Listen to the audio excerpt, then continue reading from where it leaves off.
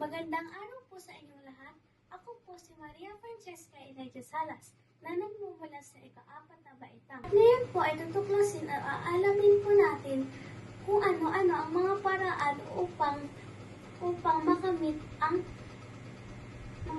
likas kayang pag-unlad o sustainable development. Pero, ano nga ba ang sustainable development o likas kayang pag-unlad? Ang likas kayang pag-unlad o sustainable development ay ang pagtugon o pagsagot sa mga pangangailangan o mithiin ng mga tao at sa mga susunod pang mga henerasyon. Narito ang dalawang halimbawa ng mga hamon ng sustainable development. Una, kahirapan. Ang kahirapan ay ang kakulangan sa pagkain at sa iba pang mga ari-arian. Ang mga tao na ito ay kadalasang mga nasa lower case. Pangalawa, hindi pantay na pag-unlad. Ang hindi pantay na pag-unlad ay ang kakulangan ng kita ng mga tao na nagtatrabaho sa lipunan. Ang mga tao na ito ay may kakulangan sa edukasyon at ito ay hindi gaano natutugunan ang mga pangangailangan ng mga tao na ito.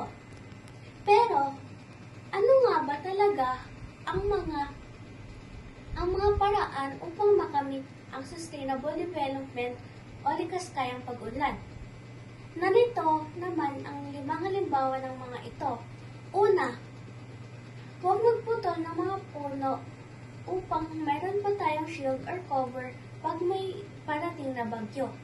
Number 2, dapat hindi tayong magtapon ng mga basura kung saan-saan at dapat panatilihin nating malinis ang ating kapaligiran.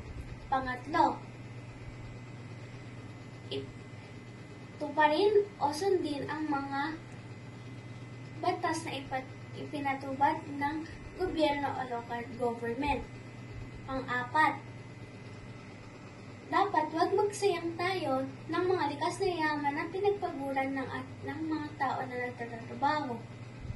At ang panghuli ay pang-5, ay dapat hindi tayo kumuha ng mga likas na yaman na walang pahintulot sa gobyerno o local government. At iyan lamang po, kung gayon ay alam mo na ang ating aralin. Hanggang sa muli, paalam!